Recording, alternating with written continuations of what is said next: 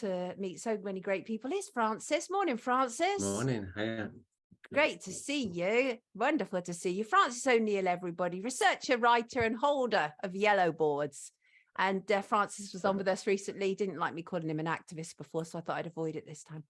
But Francis was on with us recently, and it was an absolute pleasure. So we invited him back to help us through the news review today. And let's get cracking then. Let's start on ULEZ. ULEZ, of course, is the extension of the ultra low emission zone in London, which will eventually be swept out through the entire country and then the UK, of course. And I mean, one of the things that you said, Francis, is many people are not aware of the overarching agenda. What do you mean by that?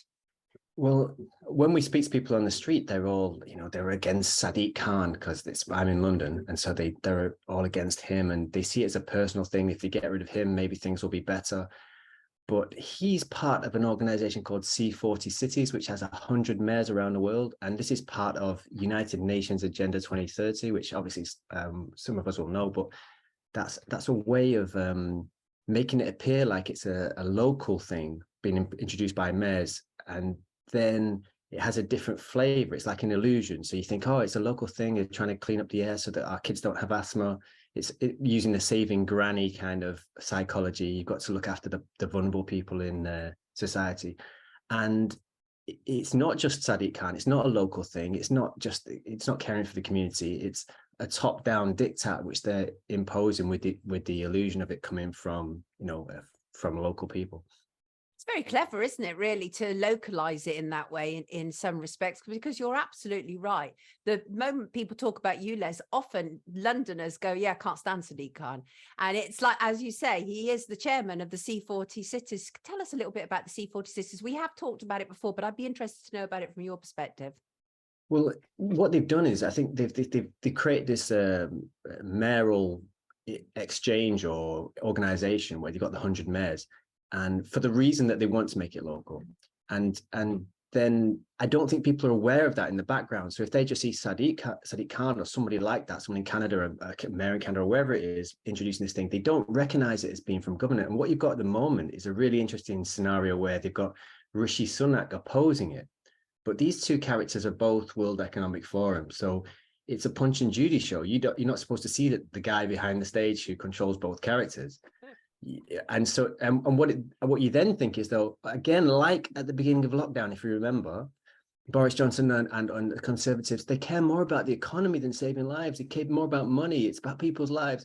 And so you've got a similar thing now where it's like Rishi Sunak, he cares more about the economy than saving lives. And so you get that dichotomy, and then people side with one or the other. So then you have like Sadiq Khan saying, oh no, and it gives you the illusion that there's choice within these parameters. Like, so you're thinking, Rishi Sunak, he's a bit like a millionaire and he doesn't care about people, and Sadiq Khan is on the ground. It's just to give people that sense, whether they believe it or not, obviously is a different thing, but they're trying to give you the sense that there's two sides to this, and one of them is Conservative and one of them is Labour. So then, it splits people's allegiances on those lines as well. Yeah, absolutely. It's very manipulated, isn't it? And of course, there was the High Court ruling last week that ULEZ can go ahead, that the extension of ULEZ can go ahead, that the traffic restrictions are legal. But we're already seeing people are taking matters into their own hands, right? Yeah, see the Blade Runners. The lads, there's lads taking the cameras down. But do you think that the ULEZ and the structures that they're putting in place have a hand in hand with the 15-minute city? Do you think one leads to the other? Well, I think that's the kind of thing we try and raise awareness of when we're in the street, because people see it as, oh, I've got to pay £12.50 to move my car every day. And, so sometimes some people live in the areas, so they've got to pay £12.50 to drive away from their homes. So that's right. Drive out of their gate, literally. Can I just say, never pay it. If this is what's happening, just don't pay it, please, people. I didn't say that, but don't pay it. That's just my personal opinion. Don't do it. That's just my personal And you're opinion. entitled to it. Absolutely. Well, yeah, I mean, obviously we can't like say encourage people to break any laws, but we can say in the abstract that the only way to stop this might be non-compliance. That's sorry, yeah. And if it says notice on there, you've just been notified that there's a possible fine. Right. It's only if you want to actually acknowledge the fine.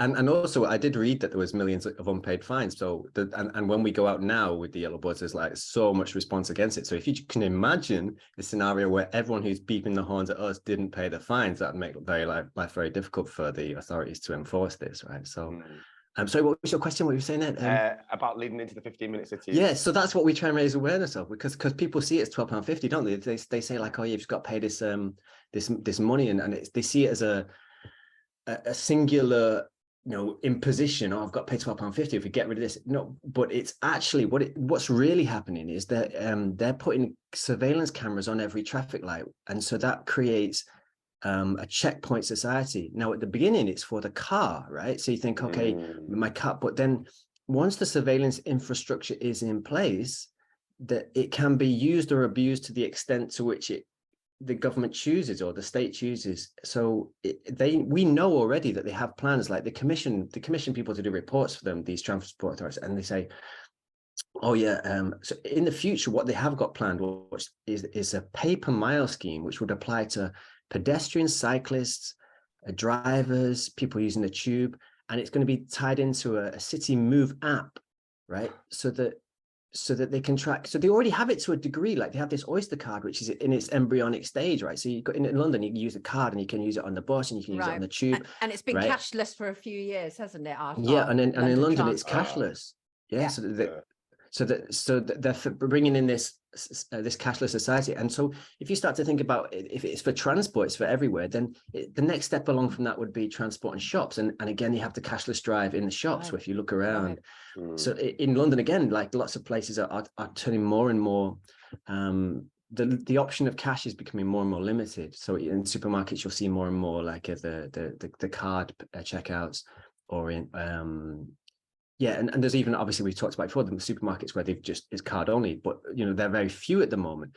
But the idea of having a city move app where they monitor you and they charge you in accordance with the type of transport you use. So if you're a pedestrian, maybe it's cheaper, but they're charging you per mile. There's a pay per mile scheme coming in for drivers. That's the next step of this. So it's very much tied in with the 15-minute cities, in the sense that once you have those checkpoints in place, I can imagine it. Now, I might be even fanciful here, but we have had 3 lockdowns in recent times, which we couldn't imagine before. And they tried to keep people in, they used to say to people like, oh, in Poulton, there's been an outbreak and so on. So if you imagine, they said there's a lot, like, they separated the cities into zones, if you remember, where they said some of these are, what do they call them? So many things have happened in recent. Yeah. But they had like, you're in such and such hotspot, whatever it was. No, they had zones where you could like where you had like section 3 or section 4, and you had different gradings, right? So if you imagine you've got checkpoints in place, you could lock people down and say, you people over there's been an outbreak and you can't, you have to abide by these. You can't go out, dance or drink or whatever it says, or stand up in the restaurant or whatever. Whereas in the neighboring zone, you can imagine, I can imagine things like that. Wow. I mean, that's the thing, is we've entered this dystopia, so it is absolutely imaginable, no doubt about it. Let me move on to another one. But here's the thing, is that the next topic that we're going to discuss segues beautifully in from what you talked about, because you've just talked about how people are employing the use of left versus right, in order to be able to create this kind of, splitting of opinions and one versus the other. And that has happened in the Dan Wootton story. Absolutely. It's been used for that. Dan Wootton, for those who don't know, is a tabloid hack. I am not a fan of him. I've never claimed to be. I made a video about it. He's now a GB News presenter. He came in on our side, for want of a better description, during lockdown, and was anti-lockdown, and did raise some awareness. And so people seem to forget his long and damning history for that moment in time. And of course, now there's all these allegations that have come out. There has been a series of exposés by Byline Times. He has been accused of a decade plus long blackmail, coercion, just horrendous stuff. As I say, these just allegations. He's denied any criminality, but he has not denied being characters. Martin Brannan, Maria Joseph, who were said to be the characters that he had created in order to be able to catfish people and have them supply covert footage of people having sex. Right now, these are just the allegations. Horrendous stuff. But as you pointed out, Francis, this left-right thing has been deployed, hasn't it? Well, I found this not okay. So people can be accused of stuff, and we know already, right? So if there are compromised politicians, which I would assume there are because of the silence on the vaccines and the lockdowns, right? So you think, okay, what is why do they act like that? So one of them is that they're ideologically aligned with these World Economic Forum plans, or or the United Nations, so that they actually believe in it, so that they picked people who think this is a good idea. And then you might have people who are useful idiots, have no idea what's going on, but they just toe the party line, or they believe what they're told, like lots of people do in the media. Then in the middle, you've got people who are compromised. So if there are people who are compromised, there are people doing the compromising, right? And that's where these allegations come in, right? So if you take that as your starting point, then, so you have to then believe that's happening. So when someone's accused of it, the first thing, like if you knew that person and you didn't know them very well, you'd maybe met them since lockdowns and stuff, and you would think, oh goodness, well, maybe it's him because somebody's doing it. You would not get onto your Twitter and support him soliciting financial information. You'd say, at the best, if it was your mate that you'd met and you'd seen at social gatherings, you'd say, well, to me, he's always seemed fine, or he gave me a job on GB News, so he seems okay. So I think it's innocent to proven guilty, and we should just like hold back a little bit. That's as far as you could go. That's as far as you could go, because you do not know what people get up to in their spare time. And we've had the Jimmy Savile, we've had the Rolf Harris, we've had these things before. And people, I remember when Jimmy Savile died and all the allegations were flooding out, and one of his mates got, like, who used to go running with him or something, looked a bit shocked. Someone's like, I don't understand what people are saying, all this. And he's always been good. And I thought, well, he looks a bit foolish. I mean, because he was clearly, you would imagine this guy was innocent because he got in front of the cameras and said something positive about Jimmy Savile. But what's really struck me is the number of people that we look at, so who are given prominence by Twitter as well. That's another thing. Yes. Who and other social media and by GB News, and who are like what you might call who've become figureheads in the movement for whatever reason, because for their media profile and because of their followings. I've been shocked that they have been so absolute in their support of him, and also not just supporting him like it verbally, but joining in this solicitation of funds, which seems with the same fundraising firm that Bridgen is using for his defamation claim against Hancock, which is doomed to failure from the start, which is probably just going to give Hancock and his lawyers, the £250,000 Bridgen's looking for to do that. It just seemed to me like it made me doubt every single one of those people that backed him, not because he's obviously innocent until proven guilty. It was just the fact that they joined in this financial, solicitations. I think that's a really important point. And just for those who don't know, he launched this crowdfunder in which he said the hard left are out to cancel him. And so that is these people on Twitter that you are talking about who've come out, and they have, Toby Young, Leilani Dowding, a number of people. I think Lawrence Fox is a lot of the GB News people, for example. And yes, so no caution, absolutely spared. But as we've said, right, these are allegations, and perhaps the correct approach would be, I'm hearing what's being said here, as you say, France. I'm hearing what's being said. The jury is out at this moment in time. He's been charged or convicted with nothing. However, the way that people have doubled down, I think, is going to be extremely problematic. Go on, Sean. For me, it's more, I've had really, really horrible press written about me, and I know exactly what it's like. I've been accused of horrible, horrible things in the press, and I know exactly what it's like. And a lot of my friends came to my front door and they looked me in the eyes and they said, tell me it's not true. I said, it's not true. And they would have done the same, and they would have tweeted for me. So I don't know if it's that much of a big thing. I understand what you're saying because he's asking for money, but innocent until proven guilty for me as well. Yeah. Yeah.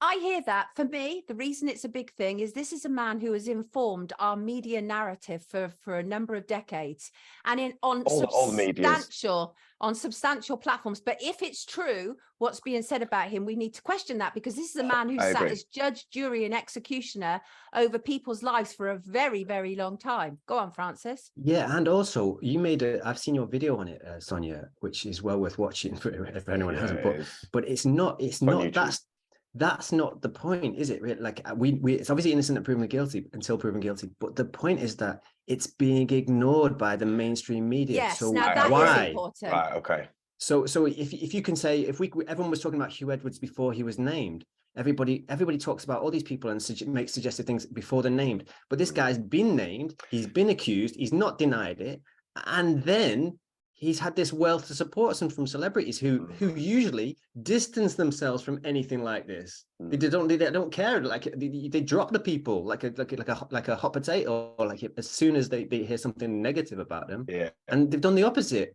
So those two things together, the fact that the media was so slow to report it, they actually have now in the past couple of days. Yes. They just made me think, what is going on here? Because as I said before, somebody's doing the compromising somewhere. Yeah, 100%. And the only reason they felt able to report on the past few days, not least they had received threatening letters from Wootton's original lawyers, Mishcon de Rea, but also because Byline Times printed another article which gave quite serious proof about the logging on of these two characters, Maria Joseph and Martin Brannan. And basically a mathematician deduced that after all the calculations, there was a 0 chance that it was anybody but Dan Wootton who was logging on. Wow. A 0 chance. And so that was why the mainstream then felt able to report, because that's the kind of evidence that they would like to see. But there is no doubt, I think there are compromises there. And I floated the idea in the video that what if there are people all across British media who were compromised in Dan Wootton's alleged sting? That's something that and it's those sort of things, Sean, that I'm really interested in, because this is about somebody who had quite serious media power. You didn't have serious media power. You were on the end of their boot. Oh, yeah. Oh, fully. And whereas he was steering the ship, there's a big difference between you and him. I was on the end of Strictly's boot. Yeah, absolutely. And he will know as well, even if he doesn't have actual video like material on these people, someone in that position will know things about the others that they've got up to. Yes. Absolutely. Absolutely. Right. Let's finish on one of your articles. The timing of that coming out, though, is interesting. After everything he's been shouting about Schofield, it is interesting. Yeah. And he was leading the charge against Schofield. You know, he has to be suspended. ITV have to investigate him, all of this stuff. And yet he is still showing up on GB News. And I'm just saying these are allegations. But as somebody who's worked extensively with survivors from all different walks of life, it is not an appropriate course of action when somebody has been accused of such serious allegations for them to allow to use a platform like GB News to not only be able to sort of deny what's taking place, but essentially turn people against the accusers. That is not an appropriate approach to something like this. Go on, Francis. And he hasn't actually denied it properly. He hasn't said, I'm not Martin Brannan, which is it. So he's not put them to bed. That's another thing. Yeah. And then people supported him afterwards. Yeah. He's not given a denial. That shows you there are people are compromised, definitely, 100%. Right, this is an excellent piece that you've written, and I think it's very timely, and it is about this whole idea of what wakes people up. And you know, and you've used a number of brilliant psychological studies that I have previously studied when I was studying psychology, including Milgram and the Stanford Prison Experiment. The Stanford Prison Experiment, of course, was where they had people play out the role of prisoners and staff and see how people actually reacted. And these people who were playing the staff became brutal within, I think, hours, if I remember correctly. And so you've been asking this question about really, you know, what makes people, and you've done a little breakdown, you know, which is kind of like the malevolence involved, the ignorance involved, the innocence involved. Talk us through that piece. Well, very quickly in the lockdown sort of era, I identified those experiments. So you got like the Stanford prison one that you mentioned. It wasn't just that the people in charge became brutal. Right, there were layers. The prisoners started to adopt a hierarchy and try and suck a favor with the people given, and it was just a role playing. And they had to abandon it after something like 4 days because it got because the behavior became so abhorrent, right? So there's that one, and there's the one where the Ash conformity experiment, whereas if everyone gives a wrong answer, then the person who knows the right answer who would conform to the wrong answer, which is kind of funny because if you remember the ones like those candid camera kind of pranks they used to play where everyone faces the wall in a lift or something like that. Yes. And then the innocent person would come in and who wasn't an actor, and they look at everyone facing the wall and they turn around to face the wall. We had people facing the walls during the COVID times. So some of these things were actually, I felt almost like jokes on the public, you know, just do what everyone else is doing. So, but those experiments, I think we had an amalgam of all of those during the lockdown. But I was trying to look at it a bit deeper and thinking, well, why have some of us come out of that? And I thought I mean, obviously, I think television has a huge part. I think that's one of the major factors. And they have a flicker rate in the screen which induces the alpha state. And apparently someone like Winston Churchill used to use the alpha state. He used to have two like brass balls in his hand and turn them. I heard this story ages ago, but whether it's true or not doesn't really matter. But like he used to turn the brass balls in his armchair and he'd fall in his sleep. And so when he's just on the point of sleep, the balls would fall out of his hand. He'd wake him up and he'd have those kind of subconscious thoughts where you get your best ideas just before he's falling asleep, and he'd write them down. What they do with the television, it can do this. The flicker rate can put you into that subconscious state where you are actually more receptive, so that it's going into you when you defenses. You have your rational mind to guard against things, but it's putting stuff in there when your guard is down. So that's why it feels like that could be one of the reasons why it feels like people are under a spell sometimes, because it's gone into them in a dreamlike state. So they can't rationalize it anymore. Very good point. Yeah. That's even with the TV, there are also things where they can put electromagnetic, there's a patent for this. So I don't know if they use it. They can put pulses out where it actually affects you physically and emotionally. So I don't know if they do that or not, but there's a patent for that.